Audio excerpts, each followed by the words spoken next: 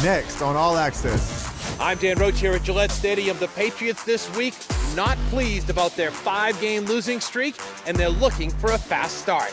I'm Scott Zolak, and we'll look at the good and the not so good of Drake Maye's NFL debut. I'm Mike Reese. Drake Maye delivered, but what about the rest of the team? And I'm Steve Burton. Those stories plus Drake Maye's journey to the NFL. They were great with each other and pulling for each other, and that was obviously very important to us to support each other. As All Access from London begins now.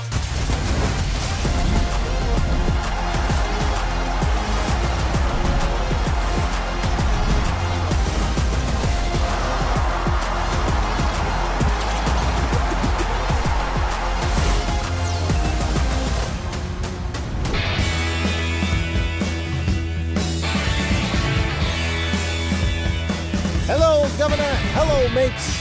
And welcome to Patriots All Access. I'm Steve Burton, and we're coming to you from Mario, England, where the 1-5 Patriots will take on the 1-5 Jaguars.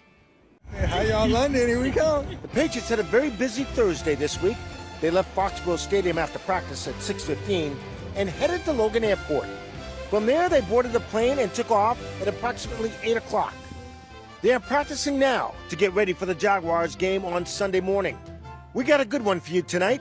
It begins with a look at the Patriots team, who, without a doubt, received a spark from their rookie quarterback. He's in the pocket. He wears back. He throws a long ball down the right side. There's some separation. And a touchdown pass. Yes. Keyshawn Moody on a perfect dime from Drake Maye. I'm here in London, but back in our Bob's Discount Furniture Studios are Mike Reese and Paul Perillo. And guys, right out of the gate, Drake Maye, what are your thoughts? You know, I thought there was a lot of good, a lot of bad, and a lot of in between. It's kind of what I expected. I figured that there was going to be some, raw athleticism on display, Mike. We saw a lot of that. We saw some downfield throws. We saw some really nice crossing routes to DeMario Douglas, but we also saw some inaccuracy and some sacks. So a little bit of everything in there. No question, Paul. To me, I was encouraged. I thought that Drake Maye elevated the receivers. I thought he elevated the offensive line. To me, his mobility, his ability to extend plays, keep them alive, Paul, to me, it was an impressive performance. So let me ask you this. Was Drake Maye better than you thought, what you thought, or worse than you thought he was going to be? Yeah, it's funny because you can look at it a lot of different ways. I think it's about what I expected because I watched him every day during the summer, Mike, and we saw the opportunity to get off platform, to use those legs, like you said, the athleticism on display, to extend some plays. The play to Hunter Henry as an example, where he rolls out, he buys some extra time, finds a free 30 yards. That's a big chunk play that they get that in practice you don't necessarily see that because that's not the way they want the play to run. So I expected some of those plays, and I also expected some of the overthrows and the inaccurate throws that we saw. And of course, the quarterback sacks. All young quarterbacks, they get sacked. Paul, with the choices that Steve gave us, better, same, or worse, I'm going with better. And I'll tell you why. Since 2020, the Patriots have had 3 passing touchdowns in which there are 35 air yards or more. One by Cam Newton, one by Mac Jones, and one by Drake Maye, Paul, in his first career game. That's why I'm going better. All right, so while you guys are so hyped up about Drake Maye, is there too much about the quarterback? And what about the rest of the team? Too much about Drake Maye. What are we doing here? It's all about Drake Maye. No, I completely understand, Steve, where you're coming from. I do think they're, listen, they lost the game 41-21. And I think that we're all really happy and really excited about the performance of the quarterback. So I think that illustrates just how far they still have to go. And there's a balance here, all right, Steve? You got 4 turnovers. You got 9 penalties. You gave up 2 runs of 50 yards or more. I want to focus on the defense, Paul. They got to play tighter. They got to be more sound in their run fits and their tackling. To me, that falls on Jerod Mayo, Paul, to get him back going in the right direction. Mike, you talked about the penalties and all those long runs. And I got to be honest with you, it's driving me absolutely crazy. Do they have the horses to fix all this? We're going to find that out, but it has been really, really disappointing. And one thing, Mike, that really stands out to me, defensively, you were critical of the defense, just the way they start these games. It's a long drive, and you're immediately behind. You have a rookie quarterback making his first career start, and you go down 7-0 before he touches the ball. The second time he touches the ball, it's 14-0. You can't play that way if you're Tom Brady and live to tell about it every down. You can't play like this with as much inexperience as they have. They have to get better at the start of these games. And Steve, I think it's a fair question on the penalties. I break them down into different categories. Which ones are avoidable and which ones are judgment calls? Like the first pass interference call against Marte Mapu, I could argue that's not a penalty. But they had 5 avoidable penalties. The opening kickoff, illegal formation. They had 3 false starts in the game. They had a defensive captain line up offside. Steve, that is entirely avoidable with their personnel. It's not about personnel. It's about focus and discipline. Boy, you guys are always bringing it, and thank you very much. For more on Drake Maye's debut, let's go to our Players Spotlight.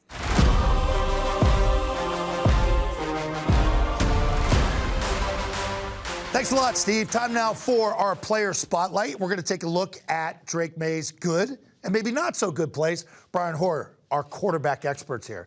I don't need to talk. He's going to take it over here. All right, so we're going to look at the pick here, right? Yeah, we're going to start with the pick because I think we got to go, some good, some bad. I think this was early in the game. Still finding his groove, third down play. And I think the one thing here that I see when you break this film down is his eyes kind of carry that safety there. Now, there's no go routes involved in this play, but it just goes to show you what a young quarterback's eyes will do to his safety. So he's trying to read the progression here first. And so he's reading this combination here, which naturally takes the safety this way. And so when he comes back to throw to pop on this little cross route, the only thing is, now that the safety's there, you make a high throw. Yeah. The free safety's just back there waiting. You can really see, if we pause here, you can see Drake, which is part of the progression, no problem. But what that does is it brings that free safety over. Now, when you come back to throw this ball, no, look, we know Pop is the tallest guy. Some of those slot receivers, you got to really drive that ball and keep it low. And oddly enough, we'll see it later. The touchdown pass he does throw is a very similar route. And this is a very classic concept, third down concept in this West Coast system, something I write a lot. CO, a corner and an out, and then the shoot and the in. And we actually saw this in the preseason where he got back all the way to the in on a similar play. So getting through his progression, but I think as a young quarterback, you'll learn so much with your eyes brings other people to the party. And so when you overthrow these deep cross routes here, there's always going to be someone standing back here, especially when you've looked left first. Okay, so that's the not so good. Yep. Well, we also had the good. Yeah. And let's take a look at the Kayshon Boutte touchdown catch. All right, so this was obviously here. We just talked about a free safety. Knowing that you have a go right here, having the safety over here, you're look at my chops. I don't even have to look this guy off. I'm going to, and maybe that's because Boutte hasn't been a big part of the offense. Right. They were kind of thinking, let's lean over here. So right now, you got to think in your mind, it's press across the board. You got man, pick out your best option and go. And so you let it run. And I think the one thing that he did a great job here was decide and throw. That and what we talk about, if you're even, I'm leaving. That's a big term, right? If you're even, right, I'm leaving. And so right here, I think he knows he has all of this area out here. Boutte does a good job of what we call stacking the DB. And I haven't seen this a lot from the receivers all year long. And so he does a tremendous job. The ball helps. But right here, we'll see Boutte kind of get back on top and leave room for Drake to kind of throw it back inside, where a lot of times I'm seeing guys like Polk and things like that where they're getting jammed to the sideline. There's nowhere to throw the football. So Boutte does a great job here, and Drake just lays the ball up. Great stuff right there. So we saw him in the pocket, have one sell on him to get it going. We saw the pick. That's the not so good. Mm-hmm. We saw the deep ball. And then now go make some plays with your legs. And this is it here. Yeah, because I think this is what, going into the game, I'm thinking like, okay, what's it going to be? I think I was kind of looking forward to this play right here, what he does right here. Okay, guy's not there. They kind of trap the corner. It's a cover 2 look, an out-breaking route. You'd like to have a little bit more getting this guy out of here. But he sees it, which is great. You see him do a little pump because he's getting ready to throw it to Hunter right there. Right. Thank God he doesn't, because the trap corner is going to come pick this off. But that's great recognition. Step up in the pocket, keep the play alive, and keep your eyes on the field.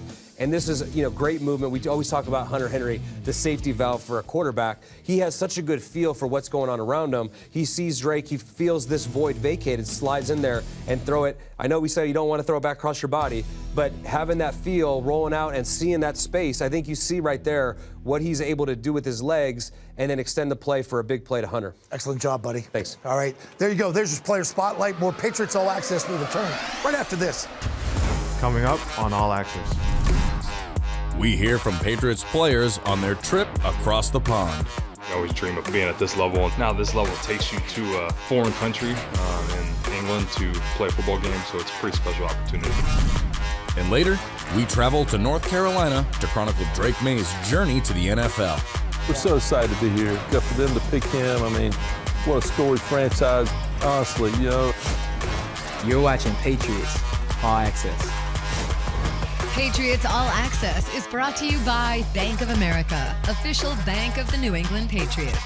By Sports Illustrated Tickets, 50 million sports, concerts, and theater tickets. 0 fees. Fans deserve better. Visit sitickets.com today.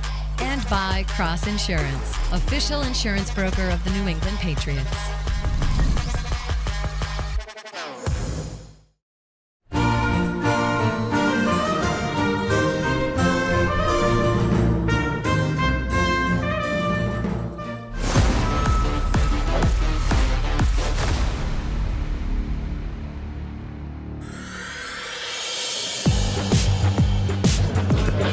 Adversity is going to come at some point today. Let's attack, keep going. Let's go. Play back. 1, 2, 3. Play back.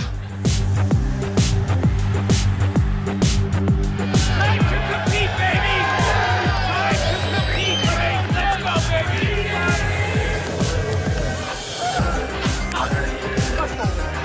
And hello again, everyone. A very pleasant good afternoon, and welcome to Foxborough's Gillette Stadium for today's encounter, Week 6 of the NFL season, between the 1-4 New England Patriots and the 4-1 Houston Texans.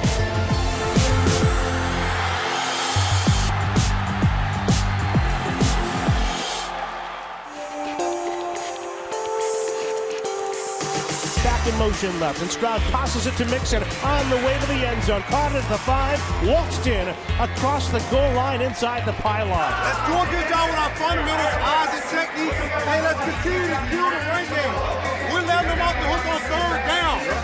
It's 3rd down. That's it right there. All right, that's all they're doing. We eliminate the penalties. We're off the field.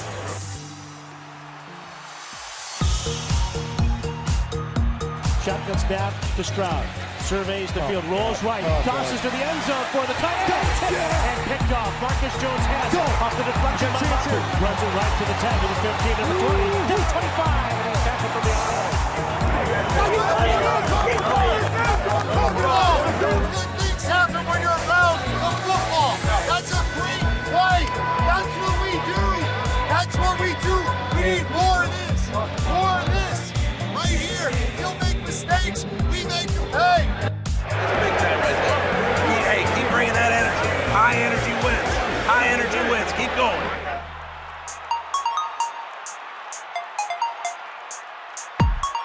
Now the Patriots have it from the 40. Shotgun snap back to May. He's in the pocket. He wears back. He throws a long ball down the right side. There's some separation. Yes! Touchdown pass! Yes!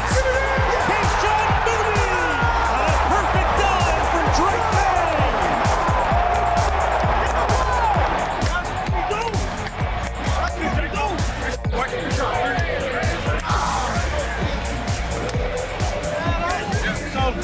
I do 2 lions. Great job. So pull myself all day. All day. Throw that over. All day. Hey, no, that's huge, no. Come back out, do it again. Come back out, do it again.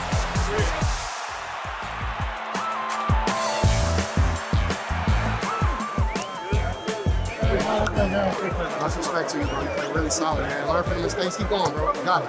You know what I said to you. You know, yeah. Keep going, bro.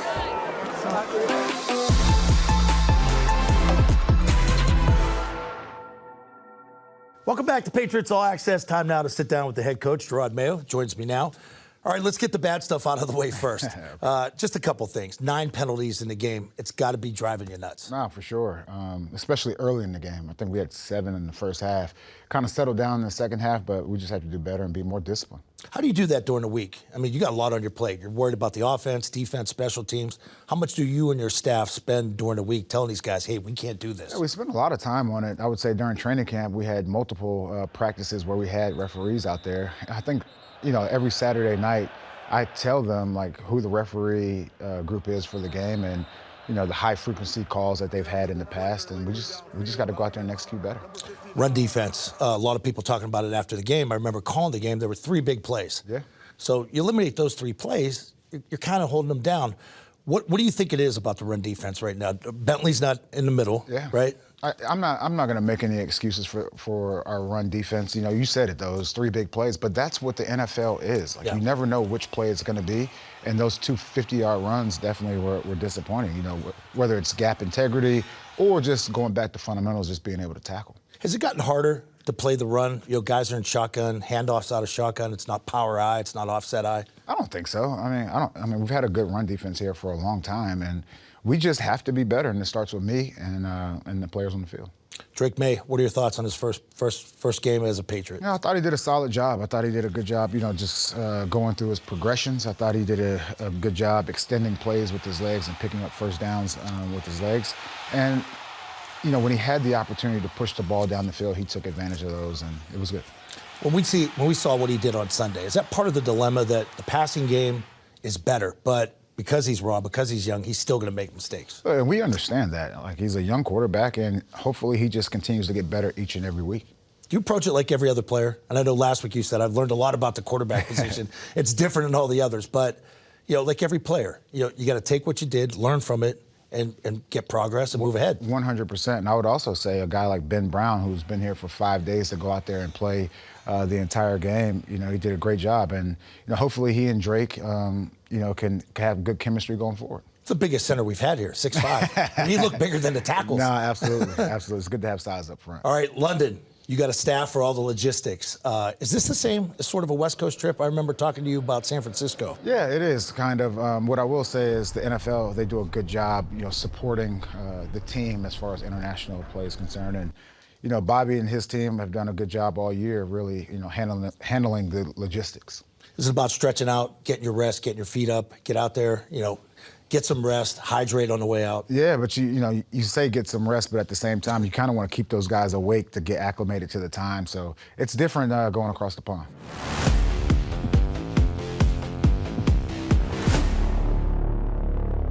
All right, time now for Ask Me Almost Anything. This comes from Lucas Fox. 2-part question here. What's your favorite part about being a head coach? My favorite part about being a head coach is just seeing the guys, make plays. Obviously they need to make more plays so we can walk away with the win. But I just love seeing 11 guys on the field at the same time, rowing in the same direction. Least favorite part? TV interviews, radio interviews? It's got to be the cuts, right? That's right. Anytime you cut a guy, you're not only cutting that player, you're also cutting their families. And I oftentimes think about that, and I'm very empathetic or sympathetic to those cuts. If you want to ask the coach a question, you have to go to patriots.com/askcoach. You're going to be back later in the show with a little side of Mayo, so you're going to stick around? Yeah, I'll be here. All right, more Patriots All Access right after this.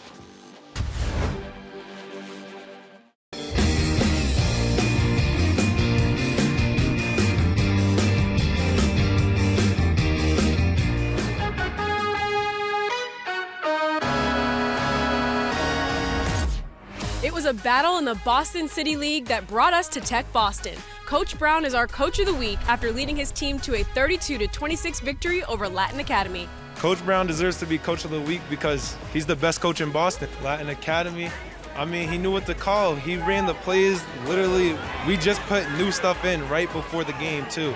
So for him to put that stuff in and for us to get it together, it really put an impact on the team. On behalf of the Kraft family and the New England Patriots Charitable Foundation, we want to present you with this week's Coach of the Week award. And with this award, yes, sir. This really is my last year. I could not do this without you fabulous players and without those two gentlemen sitting over there in the corner. I've only half of our coaching staff. I know this award has my name on it, but it's because I'm just a head coach, but my coaches are what makes our program go. We go. Hands on 3, family on 6. 1, 2, 3. 4, 5, 6. Yeah! Welcome back to Patriots All Access here in London. We're right in front of Big Ben, where this is an absolute, just beautiful city. American football here in London is no longer a novelty. It started in 2007, and after this year's games have been completed, the NFL would have played 39 games total in London. This will be the Patriots' third trip across the pond. They began in 2009, torching the Tampa Bay Buccaneers 35-7 behind 3 Tom Brady touchdown passes. 3 years later, they beat up the St. Louis Rams even worse, scoring on their first 5 possessions, which included 2 Rob Gronkowski touchdowns, with one celebration causing the London paparazzi to go absolutely gaga. Well, joining me now is Henry Hodgson, the NFL UK GM. Good to see you, my friend. It's great to have you here, Steve. Great to have the Patriots in town. You're responsible for all the facets in this great market. That's right, yes. I've been in this role for a couple of years, worked for the NFL for 20-plus years, so I've seen a lot of growth in the NFL, especially internationally, and especially here in London. It's absolutely phenomenal just to be here. After this season, the NFL would have played 39 games here in the UK. How have you seen this series grow? Yeah, I mean, I've seen it really from the beginning. 2007 was the first game in London at Wembley Stadium, where you guys are going to be playing this Sunday.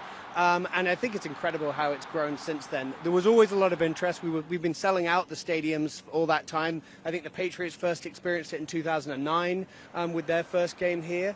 But I think what's changed and what's exciting, and I think you guys will see this weekend, is it's gone from that festival of football. You see all 32 teams' jerseys and everyone's excited to be there, to more of a sort of the fans of the teams that are playing being there as we've grown those fan bases, and people have begun to attach themselves to teams. And so I think we saw it the last couple of weekends. The home teams were the Minnesota Vikings and Chicago Bears. They both had great fan bases in the stadium, very loud, very excited to be there. They both won as well, which helped. And I think this weekend we'll see the same thing for both the Patriots and the Jags. Well, you mentioned the Patriots and the Jags, both are 1-5 teams. Do the records matter here?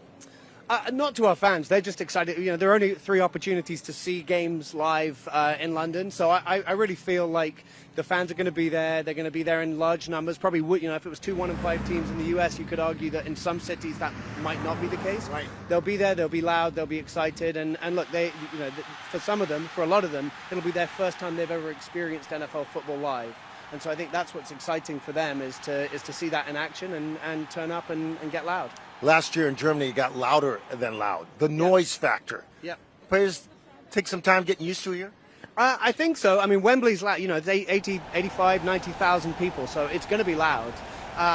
So I'm sure that your players especially, they've been through a lot. They're pretty used to loud stadiums. But eventually I think they'll come to terms with it. And I suppose the difference is for a home game, you'd expect often them to get loud at the right time of the game. Because you've got 2 fan bases, there's probably going to be noise at all times when teams are on offense. So that may be something that the players have to deal with. I'm going to put you on the spot. Your boss said that the Super Bowl may one day be played here in the UK. There's nothing more Americana than the Super Bowl, Henry. Nothing more Americana. Do you see that happening? And is that like a payback for 1776? No, we're square on that front. But I think what it prefaced saying that by saying, as yet, the Super Bowl's never been played in a city that doesn't have an NFL team in. So I think that's the first piece. The headline was certainly that the Super Bowl could come to London, and there's a chance that would happen. Look, it would be fantastic if it happened. I think for NFL fans anywhere in the world to have a Super Bowl come there would be incredible. But you're absolutely right. The Super Bowl is also often the very first thing that people learn about the sport. It's the reason they get intrigued by it.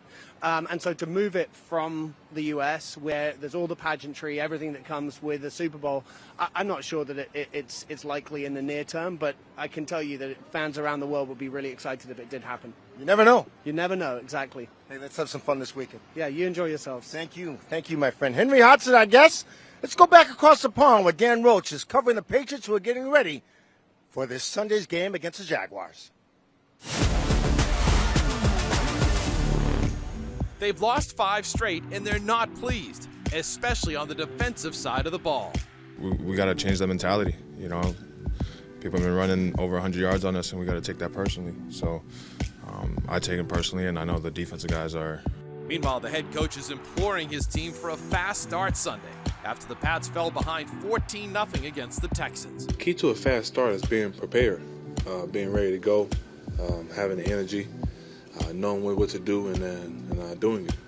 As for the offense, Drake Maye and company put up a season-high 21 points as the 22-year-old tossed touchdown passes to Kayshon Boutte, Hunter Henry, and Pop Douglas. Now, it excited me just to see, a quick glimpse of, what we can do.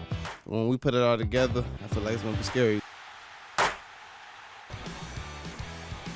The Patriots practiced on Wednesday and Thursday this week here in Foxborough. and left Thursday night for London. You start playing this game at a young age, and you always dream of being at this level, and then now this level takes you to a foreign country in England to play a football game, so it's a pretty special opportunity that we all get to be a part of. To different locations, just kind of see how the city's built, the structures, the statues, the buildings, how people talk. Is it like TV or is it like different? So, you know. The Patriots arrived in London Friday, hit the practice pitch, and continued to get ready for their international matchup with Jacksonville at Wembley Stadium.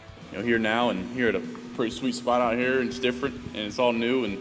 But we've heard a lot of fans are over here and fans of the Patriots, so excited to kind of reach that fan base and looking forward to getting around London a little bit. Probably not too much. Came over here on a business trip. So, if you're looking for some positive vibes around the Pats for this week, well, how about this number? All time, the Patriots are 12-2 against the Jacksonville Jaguars, 8-1 in the regular season. For Patriots All Access, I'm Dan Roach. Patriots All Access is brought to you by Gillette Labs with exfoliating bar, Gillette's ultimate shaving experience.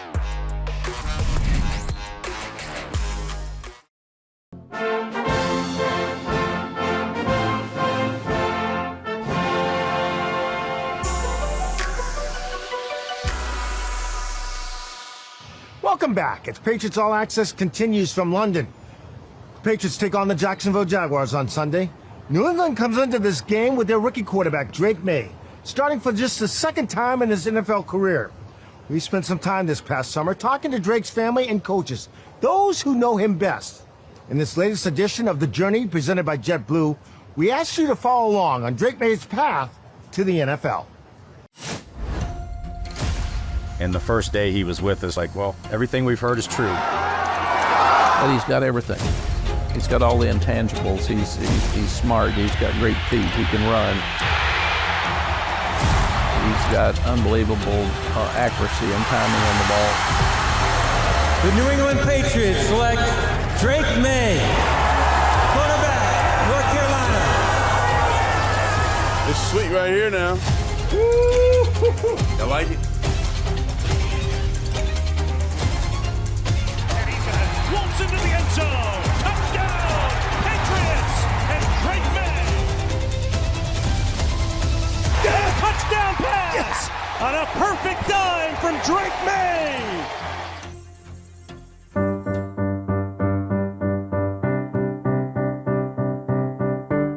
We're about 3 hours from the beach, and we're about really probably 2 hours from some mountains. So, get a little bit of both. I mean, also the area that we live in is really, conducive to a lot of athletics. We're, in a really good sports area. We're outside Charlotte. A lot of competitive team. So that's been fun for the boys. I always wanted boys. I played a lot of sports growing up, and then Mark and I fell in love and decided to get married, and I knew he wanted at least one boy. So we used to joke that every family we saw traveling around, all girls, I was like, oh my gosh. As much as I would have loved to have had a girl, I was like, what if we have all girls? We just had a lot of fun with it.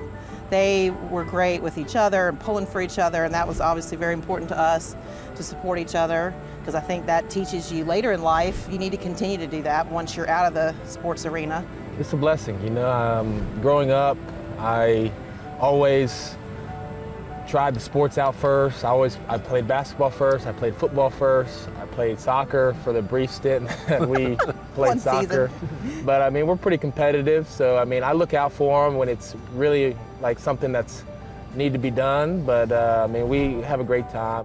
Mark Maye is literally one of the nicest human beings on the face of the earth. Like, you do not meet better people than Mark Maye.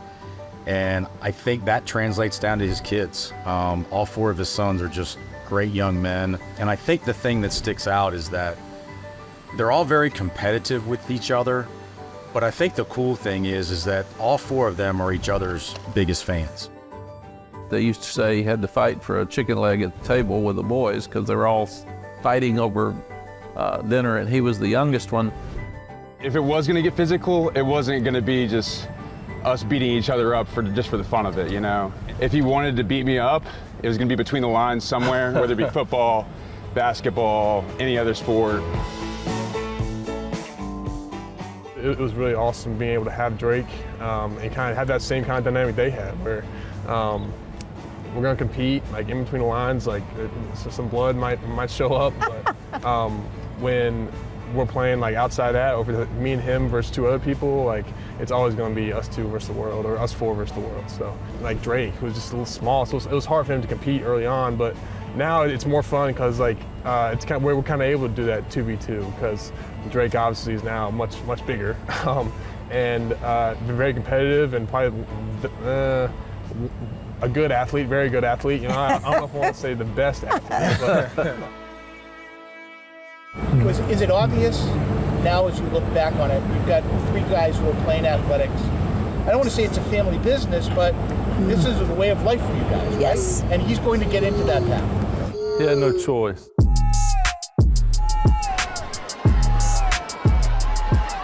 He was at another school as a freshman, and ironically, we played them in the state quarterfinals when Drake was a freshman. And I had other coaches tell me, hey, whatever you do, don't knock the starter out, because the freshman who's a backup is actually better. I guess later that January, Josh McCown and I had a quarterback training group that he started coming to, and I had told Josh, I said, I've heard a lot about this kid. And the first day he was with us, Josh and I looked at each other like, well, everything we've heard is true. He had a tremendous skill set right there. He's extremely coachable.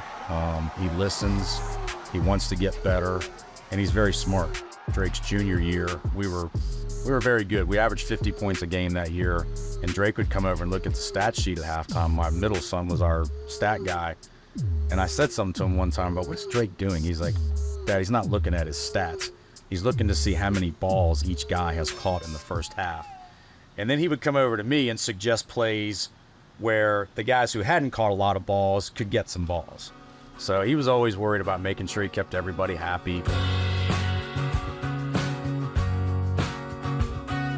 Is the May family Chapel Hill royalty?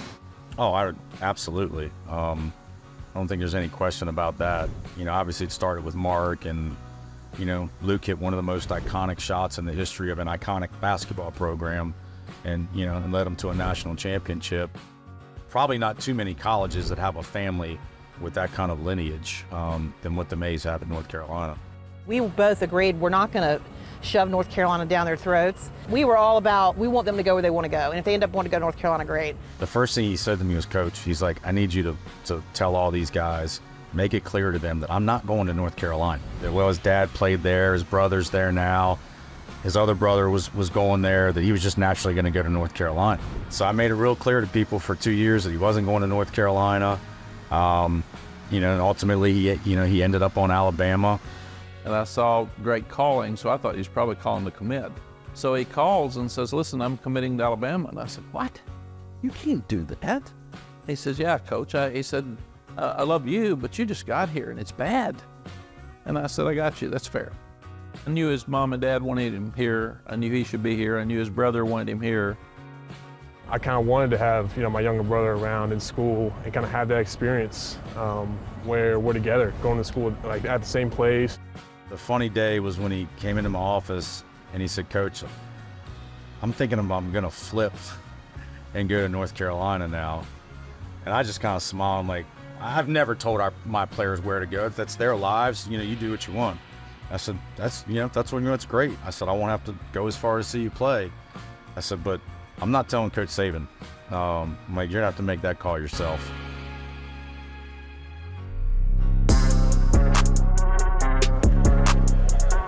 But he's got everything. He's got all the intangibles. He's smart. He's got great feet. He can run. He's got unbelievable accuracy and timing on the ball. He's tough. He competes. I love everything about Drake Maye. Going to throw it here again on 2nd and 10. Terrific athlete, taking off. What a move at the 45 and then slides. I think the Patriot fans are going to be really happy. He's a special guy, which they're used to. We'll have more of Drake Maye's journey to the NFL after this.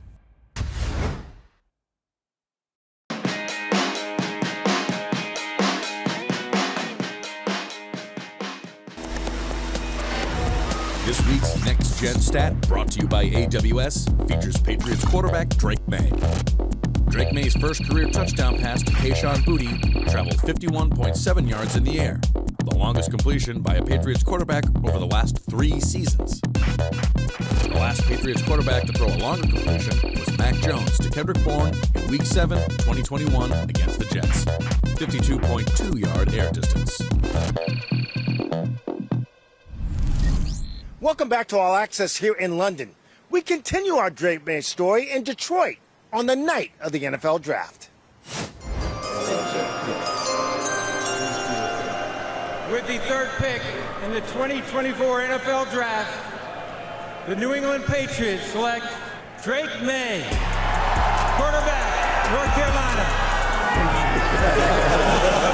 Here he is, the New England Patriot quarterback, 3rd overall, Drake Maye. And they got a big, rugged, physical, athletic quarterback in New England now. It was everything you could have imagined, being all together as a family, having such an important night for Drake, us all being there to support him with his girlfriend and Michael, and it was like storybook type stuff, you know. I was very impressed with Coach Mayo. I liked him immediately. And then he came down to watch Drake. When Coach and I were talking, it was just about what we just talked about, how competitive he is, how smart he is, how much he loves to play. He competes at everything he does, and he is young. I think he's way ahead of the curve for the amount of time that he's played, and I think the Patriots hit the jackpot. Ready to do this? Yeah, I'm pumped, baby. Come on. Let's go. What do y'all think? Y'all like it? Have you seen the garden? First time in Gillette Stadium. Can't beat this. Can't wait to play in here and get going and get started. This is my squad, and if you're getting me, you're getting them. So that's about all I got. We're so excited to be here. For them to pick him, I mean, what a storied franchise, honestly. You know, I mean, Tom Brady, I'm a huge fan of Tom Brady. You've all been so nice to us. Hey, let's just hope he completes some passes, right? But being with a brand new team and making new friends, colleagues, whatever you want to call it, teammates, and I think it's going to be a really cool journey, and I don't think that he'd want to be anywhere else, and I think that we're all really excited to be a part of it and see how he does.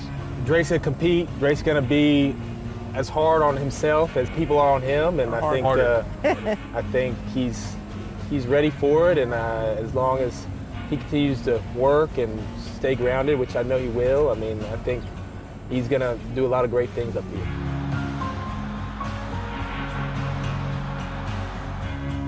Confident, cool, and competitive are 3 things that you Patriot fans have in this young quarterback.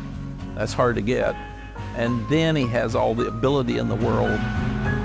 Everything takes practice, experience and wisdom. Here's the excitement. These fans are ready for Drake Maye, and it's time. It could be gone tomorrow, but here today.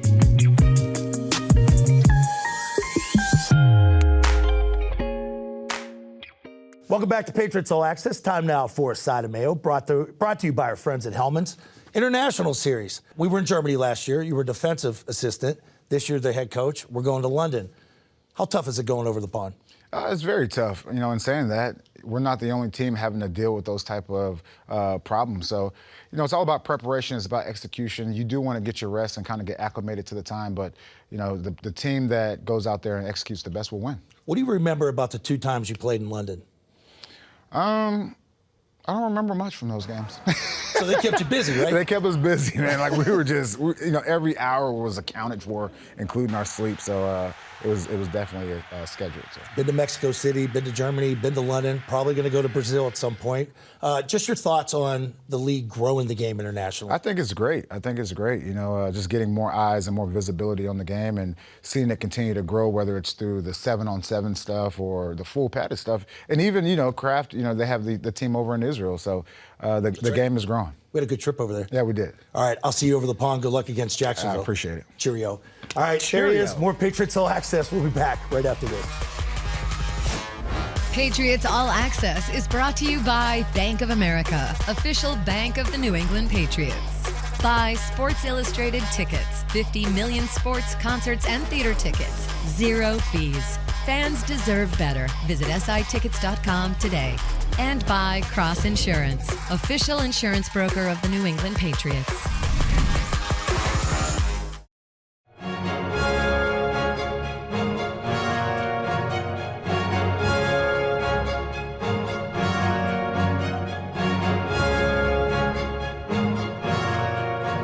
Welcome back to Patriots All Access, everyone, in beautiful London, where the Patriots, by the way, are 2-0. They've yet to lose here in London. We're coming to you from the Greenwood Sports Pub in London, and I'm joined now by a couple of Patriots fans, Chris Guy and Warren Ladd. And Warren, I'm going to start with you. First of all, good to see you in London. Nice to meet you. Here in the UK. Good to see you guys. How'd you guys become Patriots fans, Warren? Well, I had an uncle who lived in Boston. So when I was a child, I used to get like Boston Celtics and Red Sox t-shirts. So I always had that love for Boston. I visited as a young child. And then when the NFL exploded in the UK, the Patriots were the team for me because I follow the Boston's team. So, you know, I've been following from the 80s, but as a real fan from the late 90s when I've been going regularly to Foxborough, even, you know, to games. For the last 20 odd years, you know, this will be my 39th Patriot game. 39th Patriot game, good for you. And hopefully 40th later in the year. Chris, what about you? I've been a fan since 1985, Steve. I was 15 years of age. In the UK, we only had 4 channels at the time. So I was channel surfing. I saw this program called American Football. Switched it on. The New England Patriots were playing the Miami Dolphins. Steve Grogan was the Patriots quarterback, and the reporter was John Smith, who was the Patriots kicker. Going back in time. Yeah, he was born in Oxfordshire in the UK. Right. So from that, I just started looking at the results for the Patriots. Took me about a week to get the results to find out, but they went all the way to the Super Bowl. 1986 against the Bears, but we won't talk about that. But I've been a Patriots fan 40 years next year. I've been a fan. Good for you. Yeah, yeah. Who's your favorite Patriot? I can see you wearing a Drew Bledsoe Drew jersey. is my man. Drew was my first love. Drew was everything to me before Tom came along, but he will always be my favourite. I'm going to have to let Drew know that. What about you, my friend? Started off with Steve Grogan, my first hero. Then it was Andre Tippett, around about that time. Into the 90s with Terry Glenn. Drew. Wow. Yeah, all the way through to that era up to obviously Tom took over, Gronk, Ty Law, Rodney Harrison, all them guys. You can name them all, can't you? Name them all, you can name them all. Yeah, yeah. How is American football, and how about Patriots? How have they taken off here in the UK? Well, obviously with the success of the dynasty from the early 2000s, it was the perfect timing really, because it was when it exploded with satellite television. The Patriots were good. They had Tom Brady. Right. They were winning Super Bowls. So once they had attachment for people. You know, so people picked their team. There were obviously people who had historic teams like the Dolphins are quite big. Right. But the newer fans would have seen Patriots and Brady and all that kind of stuff. So with the explosion of satellite television and the internet, of course, that it made it easier for people to follow the team and keep track of it. Jacksonville is the home team on Sunday. Yeah. But they may be outnumbered with Patriots fans, don't you think? Yeah. I think the Patriots are going to have a lot more fans than Jacksonville. I think the NFL sort of want Jacksonville to be the home team in London, but when like the Patriots, we're perhaps the biggest team in the UK, and I think Jacksonville will be vastly outnumbered on Sunday. Definitely. Great meeting you guys. Thank you very much. Enjoy the game. We will do. Enjoy Sunday. Let's hope for a Patriots victory. Absolutely. That'll do it for this edition of Patriots All Access, coming to you from London. For Chris and Warren, I'm Steve Burton. Have a great weekend, everybody.